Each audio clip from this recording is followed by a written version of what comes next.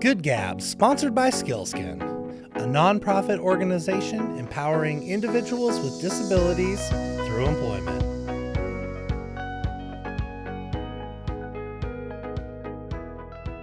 I bet you won't know who we have today. Who is it? It's the grandfather of therapeutic gaming. Can't believe it. It's a great show coming up. Look forward to hearing from Hawke. Hawke, thanks for joining us. Absolute pleasure. Yeah, we get to hear all about what you're up to, the different organizations that you've put together. Like, tell us more about the RPG Network. Well, thank you so much for having me here. So I'm Hawke Robinson, and I'm president and founder of the 501c3 nonprofit research and human services organization, RPG Research, which also has a community center, and we're trying to open a museum, and the for-profit RPG Therapeutics, which has a bunch of spin-offs like RPG Education, RPG Publishers, Neuro RPG, things like that. I was first introduced to role-playing games in 1977 by a cousin when I was just a kid. And I was a very, very diagnosed ADHD, hyperactive. I've always been a high energy person. And I was into a lot of sports, basketball and soccer. You know, there's always comments about my height. Now I'm down to about 6'7", but I was just shy of 6'9" before. And so even as a kid was athletic, martial arts, ballet for a little while, but very physical, very kinesthetic learner. And I was introduced to the sit-down tabletop game called Dungeons & Dragons, which, by the way, this is now the 50th anniverary. Really? This year?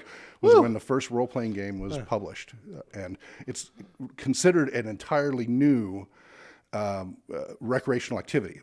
Which there but it's been around for... well, it's only been around about 50 years. Which okay, so is that... Games and everything go back centuries since the last time a new one was created, as far as there's only like 7 or 8 major types of games. And it was the first time a new one had been invented in centuries. And so anyway, 77, I'm introduced to this, and it was just so different. And it tickled a part of me, my brain and such, that I hadn't really had the interaction with the sit-down tabletop, dice pencil, socially cooperative narrative game. It was like, so what different. Is this? Yeah, and it's all cooperative. Like all these sports are competitive and everything else. And they're like, no, you win by continuing to play and having fun, and there isn't... it's a non-zero-sum game. I don't have to take away from you for us to have a great time and succeed. I was like, this is really different. And so transformative. It clicked, and I started forming little groups at the libraries and at the game stores and little events and at the park, and just organize little community groups of this. And what city was that? That started in Salt Lake. Okay. Although I've done this across... me personally all over the U.S. and then with my volunteers across all 6 continents. And anybody at Murdoch Base Station in Antarctica or the International Space Station, we're happy to bring you in. But we've got about 200 volunteers across 6 continents, and we're 100% unpaid. Everything we do is a labor of love. At our peak, we had about 35 PhD or PhD candidates on our research side, and then we've had all these other volunteers. Wow. Now, most of our volunteers are involved in the program design and delivery side of putting together cooperative music and role-playing game programs. So we've had programs in West Africa and South America and Pakistan and China and all over. And over time figured out the little cultural tweaks that were necessary. But what we did find is that it worked across cultures. You just had to tweak the story. The mechanics, the idea, the benefits, universal, it turns out. Nobody could answer that 20 years ago. That's interesting because we're human, huh? Yeah, imagine that. But the culture, changed the story. So jumping back, introduced to it 77. 79, I also got into computer tech, and I was 9 years old hanging out with 18-year-olds at college, and they let me have access to the University of Utah mainframes and what would become the internet. Back then it was ARPANET through DARPA. They were brave. I was already picking up the computer stuff very quickly. So I started programming in 79 and experimenting with how to optimize the role-playing game experience to get the most out of it in the limited time. And then also wrote my first electronic role-playing game. So first there's tabletop, and there's electronic, and that's anything that needs electricity. And then there's live action, which is like, people running around in costumes or no costumes or whatever, but it's physically moving. That's live action role-playing gaming or LARP. And then like we might see at Manitou Park sometimes in the summer. Yes, with Amtgard and such there, exactly. And then in '82, I had my first paid programming gig at about 12 years old. It was writing. What'd you make? It was an inventory and point of sale rental tracking software for a video rental store right back in the VHS Betamax days for a little mom and pop shop. Yeah. It was my first paid programming gig, 12 years old. I bet that was like, felt so good. Oh, yes. $600. It was a lot for a kid then. Yeah. It was great. And then around the same time, I started researching, because it was the beginning of the anti-gaming movement, the whole moral panic, satanic panic of the 1980s and early 90s. Yeah. And role-playing games got pulled into that. Yeah. So there was starting to be a backlash. And up to that point, you saw this weird new thing called Dungeons & Dragons come out. And my experience of it was actually very mixed and diverse. It was about 50-50 male-female. Even though I was in Utah, which was, predominantly very white, the game tables were pretty well mixed. And then when I was in California and everywhere, where it was much more diverse, same experience. Once the anti-gaming media stuff started, it started to change. What the experience was like changed. Self-fulfilling prophecy. Sure. So if you look, there's photos of these gaming groups starting at schools. And, there'll be 12 kids, and the next year 50 kids, and then you have some like 300 kids out in front of the school, this after-school program, by like 83 to 85. Then you watch like 86, 87, 88, and by 89, they were banned, right? There had been a big movement to ban them. They're still banned at most prisons.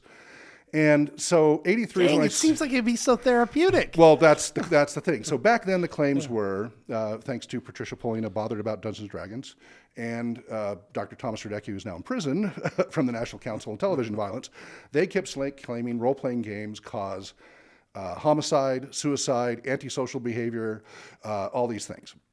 And there was no research. So that's when in 83... It's just opinion. Yeah, exactly. Well, it was a very personal thing. To her... I'm very sympathetic to Patricia Polina. Her son committed suicide, and she was looking for an explanation for such a horrible thing. Yeah. And when you have that level of passion and pain, you're going to find something if you lock onto it. And so unfortunately, if you have a lot of power, well, she didn't. She was a grassroots. She was very good at organizing that. They were in front of Congress. They were going to try to get it banned at all government. Anyway, so all these negative claims are being made. And so I started researching around 82, 83 about, well, what's the effects of role-playing? I'm hearing these things. My mom's looking at it like, we don't see what you're talking about. And there was no research. And the first book came out about 83 about kind of the experience of it, but no real research. And so I wrote my first 8-page essay on it when I was at Realms of Inquiry, which is a school for gifted and talented children in Utah. Really remarkable place. You're out rappelling off the side of the school building, out on survival trips, all these really great enhanced learning experiences. And they're still going strong. And then in 85, they lost their drama teacher, and I got a chance to teach role-playing gaming 5 days a week as a class for last period. You could either go to study hall or Hawke's role-playing game class. That was the first time I started using it in education.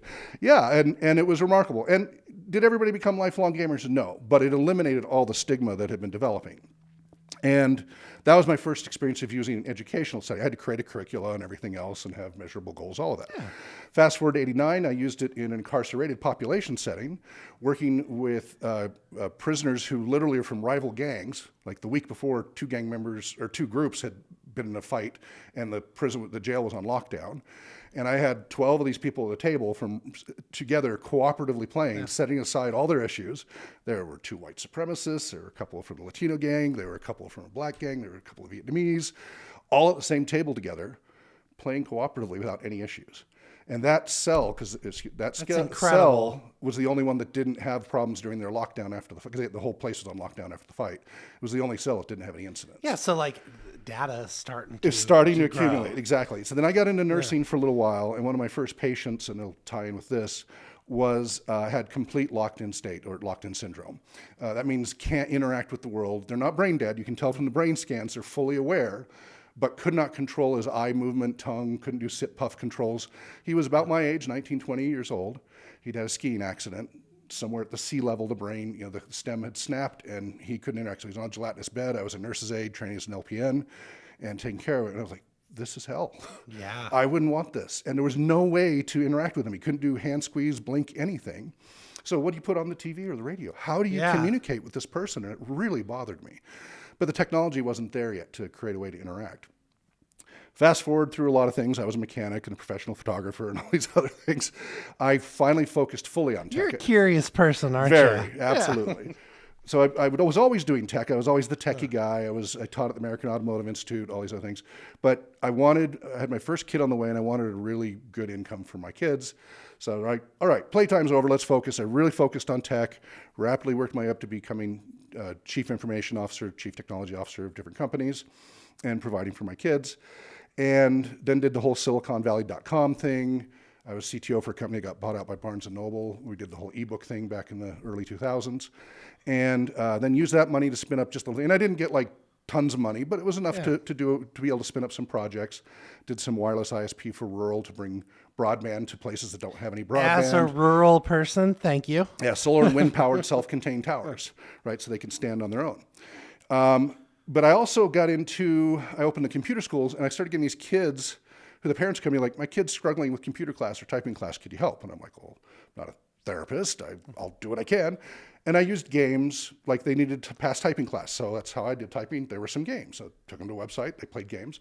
And I did what I now know is known as a token economy, where I said, well, for every C you get in class or better, you'll get a piece of computer part, because they were taking the computers apart.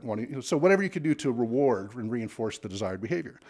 And so I was looking at child psychology, but all my psychology friends were like, Hawke, there's a lot of paperwork. For every hour, 45 minutes you get to spend with the client, you have to do an hour of paperwork. We know you. That's good. You're not going to like that. Look at alternative therapies. And so I looked around. Nice, and I got good into, advice. Yes, thank goodness. So I got into recreation and music therapy for the most part, and that's part of why I moved to Spokane, because they had such a great program here. I am a musician. I play over 20 instruments. I'm under the alias of Synthetic Zen. Got about 200 pieces out there.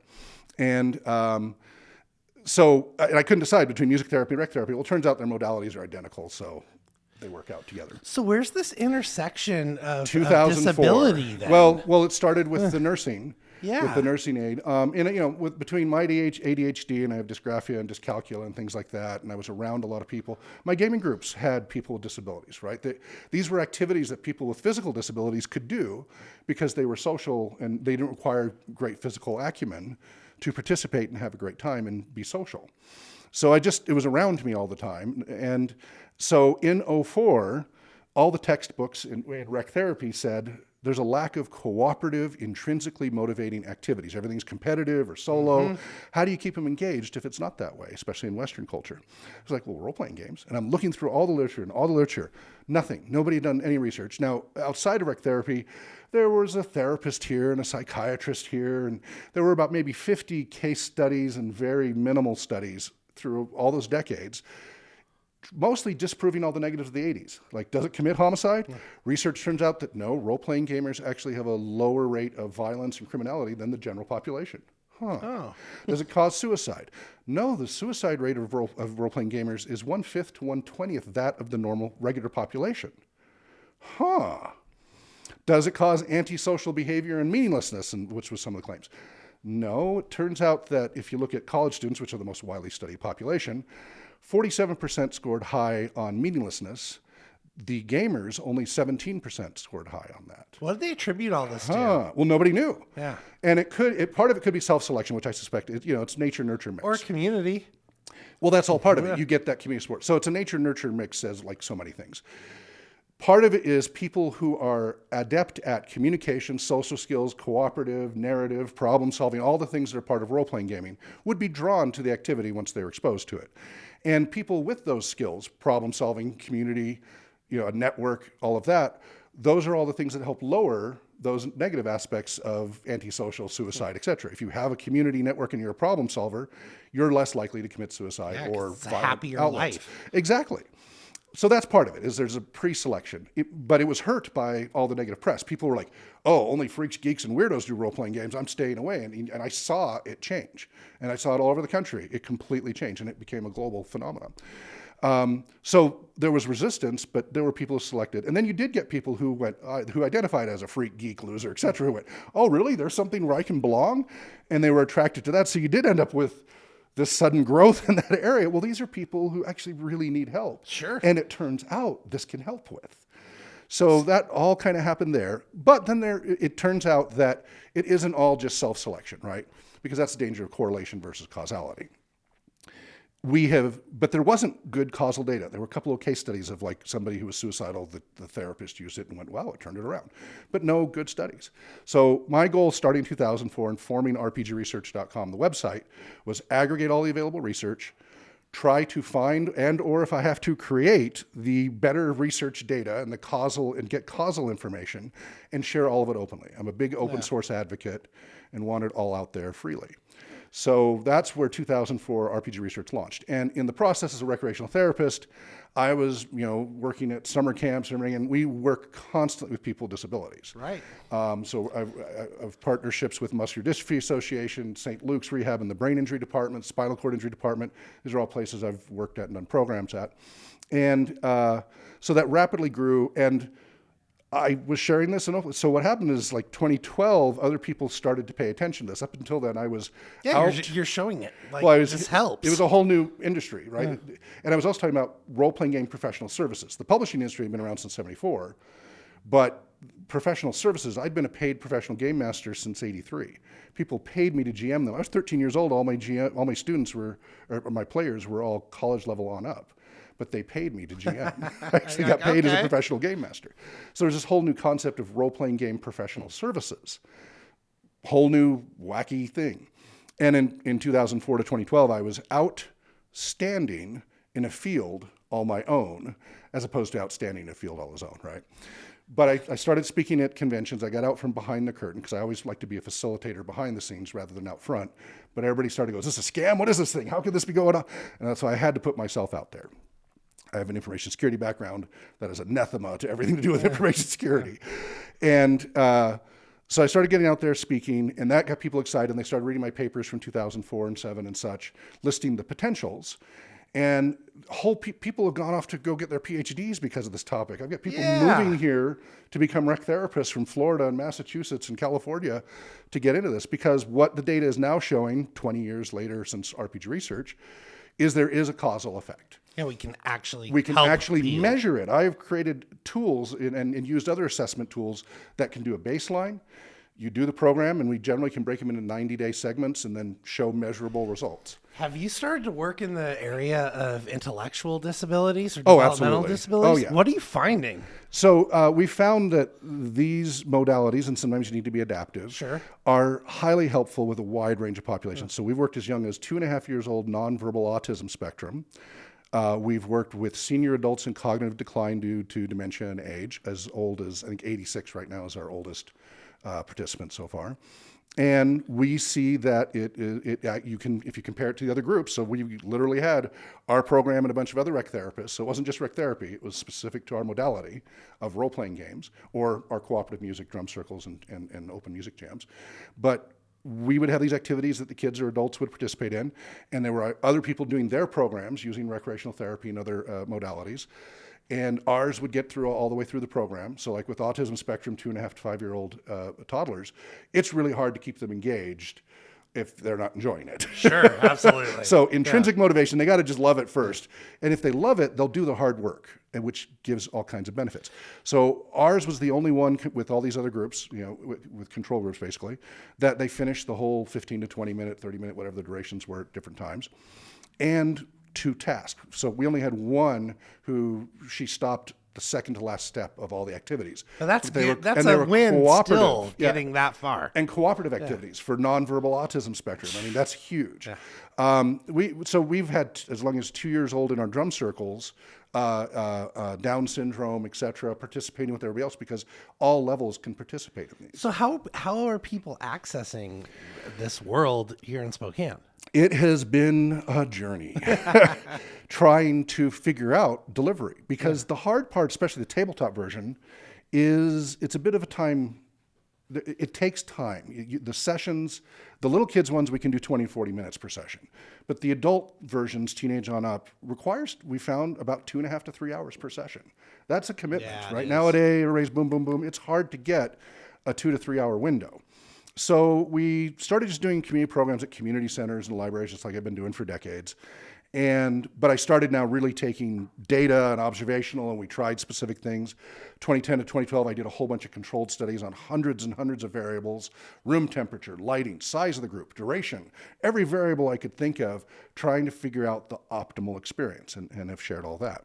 And it works out to about 2.5 to 3 hours is the sweet spot for the most benefit, the most flow state. Flow state's great for learning opportunities, immersion, grit development, etc. 3 to 5. Does that have to be, that's a consecutive amount of time then? That for the maximal, you can get benefits in smaller amounts. Again, for the younger kids, it's only 20 to 40 minutes. Sure.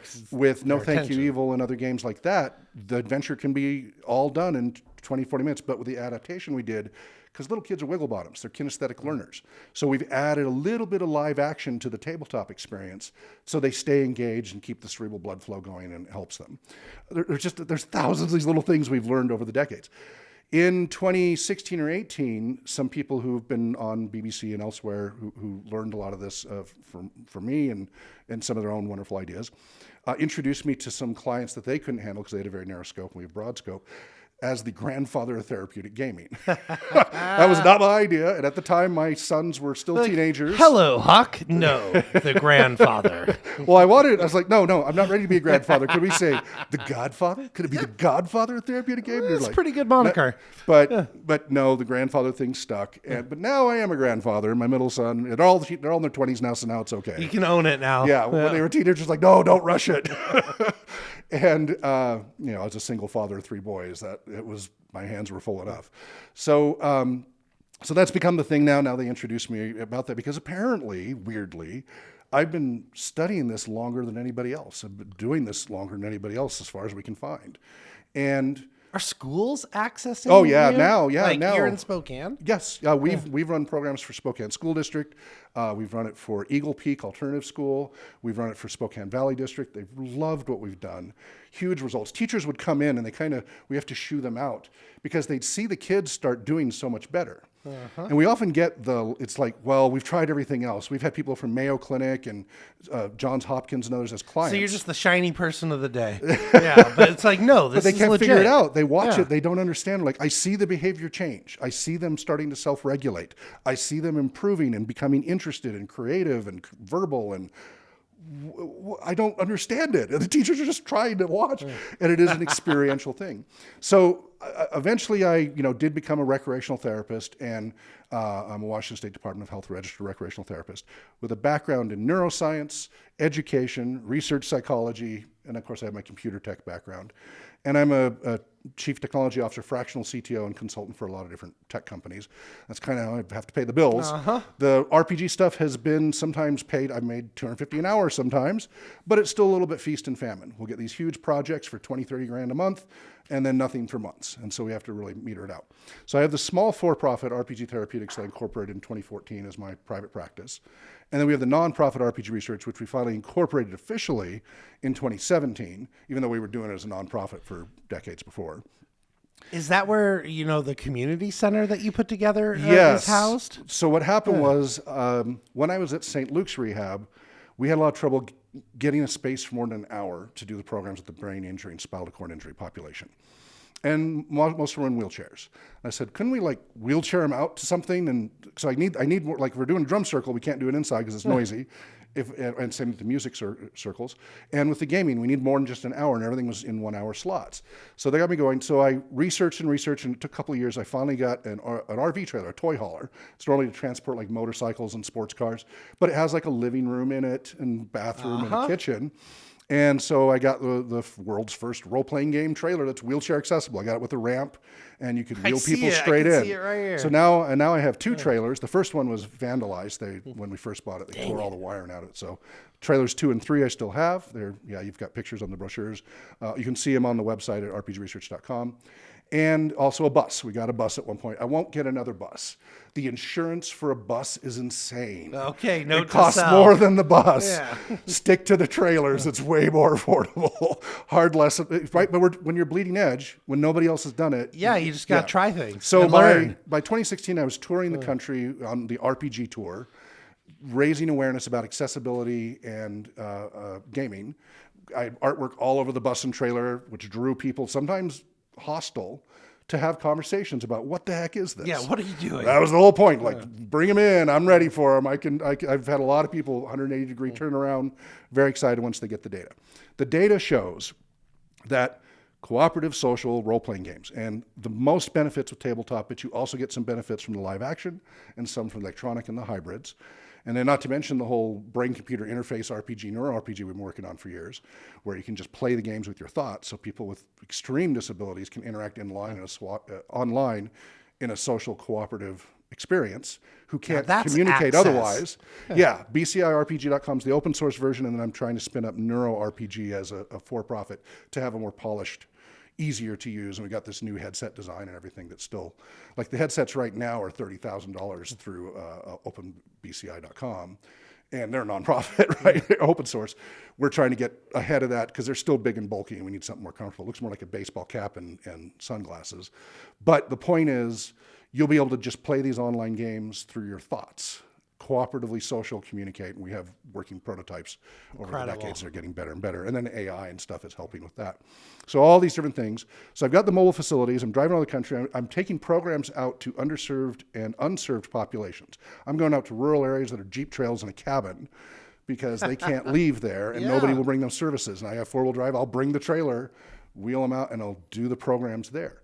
And I started trying to get, and I was trying to get grants, but because I didn't have a headquarters, I had a shared virtual office that I still have over on Monroe Street, just up the street here. I couldn't get any grants. They're like, you got to have a place. You got to have a place. My model is mobile. I can do it online. Yeah. I've run programs all over the world online because I have this tech background. Yeah, you know how to do that. Yeah, I do. And we've got this mobile thing that's working great. And all I have to do is pay for the gas and maintenance, and it's way cheaper. And I'm getting to people that aren't getting served otherwise. I am really good at ideas and implementing. I am not a good marketer, salesman, fundraiser person. I'm good at getting money for services, for profit. I have learned the hard way. I am not good at fundraising on the nonprofit side. It's hard. Not my strength. Yeah. And so that's been very challenging. That being said, each year since we incorporated has been better and better for fundraising up until this year. So we were improving each year. We saved multiple world conventions from cancellation, putting them on our platform. WorldCon, Gen Con were going to be canceled because of COVID. I had helped Zombie Orpheus Entertainment and the Fantasy Network. I built their media streaming platform from scratch in my living room back in 2016. And then we scaled it. And so then 2020, we modified it to handle live events. And we did. And it worked? And it worked. We had 20,000 concurrent users per second in live audio, video chat rooms and everything that were on my servers. That did not break. It was because Zoom crashed. We took over for Zoom. Zoom couldn't handle the load and we took over. Wow. And we were working with Zoom on trying to solve their problems. So huge impact, right? Huge impact. We have never raised more than $50,000 a year. And really last year was our best year ever. And we got to 48,000. And most of that was from like one donation, in which is almost, we've never gotten a donation like that before. Thank you. That was Dropout TV did that at College Humor. Oh my goodness. Thank you, Dropout TV. And that gave us the means to get the community center over in East Central Spokane. It was a big risk, but they said, well, if you do that, you can get grants, which so far hasn't panned out, but we're trying. So we opened that up last year, huge fixer-upper, ton of elbow grease, a lot of work. And people loved it. We made it as accessible as we could. It's still a lot more to fix up. And that's been great because East Central Spokane really is lacking in resources. There's a lot of places just out on the edges of it. We're not in a nice neighborhood, but that's the population we're helping. And so I have pictures of like a kid with severe muscular dystrophy association. He can only do sit puff and can barely speak at the table with an 86-year-old participant and then a bunch of people in between all playing the games together. And, it's offered freely. We're all volunteers. We're super lean, mean, and efficient, right? We've done this. We've helped more than 100,000 people with extremely low overhead. It doesn't get any lower. And so the impact has been wonderful. So what's your goal this year? How much do you need to raise? Yeah, so this year, unfortunately, the last 6 months of last year suddenly dried up. And we're By the way, you're not alone. A lot of nonprofits across this community. It was on the news. Yeah, Creme 2 was just talking about it. It's tough. Yeah. So we are now behind on rent, which has never happened before. And I personally had to vouch and take on the lease agreement because the nonprofit was too small for the landlord to agree to it. So anyway, we're at the verge. If we don't raise 10 grand before February, we're going to lose the place. And I'm still on the hook for another year plus of rent. anyway, personally, which will be about another $50,000 or so. So who's the person that should help? Because we have a real everybody can diverse help. audience. We have Patreon if you want early access to essays and videos. Because we do these online shows, we do online gaming. You know, we're out there. You can do it through PayPal. You can, used to be Amazon, but they pulled their thing. But if you go to rpgresearch.com/donate, there's lots of options. So everybody can donate any amount, and it all helps. It helps pay the power. It helps, etc. We really need even just one benefactor. $50,000 a year. That's all inclusive. That covers all of our operating costs to help do thousands of programs for thousands of people. For $50,000. I mean, how many programs can say that? I've been to all these not very many United Way workshops, and none of them come close. They're proud of helping 1,000 people a year for $1 million a year, and it's a whole other scale. So we just need a little bit more breathing room. We're trying to open up the RPG Museum. We have stuff that nobody else has in role-playing game history. And we have all this, and we've refined it. We have this training program. Our volunteers go through this rigorous training, and now it's becoming a profession, right? There's this whole role-playing game professionals industry that has grown out of this, shockingly. Well, yeah, and we're doing it right here in Spokane. And Yes. Hawke, I know, it's like... There's so much. If this speaks to you in any way, look up, what's your website again? rpgresearch.com is for the nonprofit, and you can just go /donate, or you can go /volunteer if you want to sign as a volunteer. And then if you're looking for professional services, so we have clients that, as I say, Johns Hopkins and others, they had tried everything and they weren't getting better. They were getting more suicidal, they were deteriorating, and they came to us and radical turnaround and improvement. So if you're looking for a more intensive therapeutic program than on the for-profit side, and 20% of any profits from the for-profit are donated to the nonprofit. Really right now, all the profits are being donated to nonprofit to try to keep it going. I have about 8 employees there, most of which are here in Spokane, and then I have one in Massachusetts and one in California. That's RPG Therapeutics at rpg.lc. And so that we do therapy services of a wide range, recreational therapy. We also have professional training and workshops for others who want to get into this. This has gotten people really excited. Recreational therapy, we know a lot of people who are becoming recreational therapists because we found that teaches you 50% of what you need to know. It teaches you cooperative activities with measurable goals, doing it for a goal and achieving those goals and showing proof of it, evidence-based practice, etc. See, I know, Good Gabbers, I know you want to get involved in this. Look up these websites, find Hawke. It is the grandfather of RPG Therapeutics. This is our guy. Hawke, thanks for joining us today. We really appreciate you. Thank you so much. Pleasure to be here.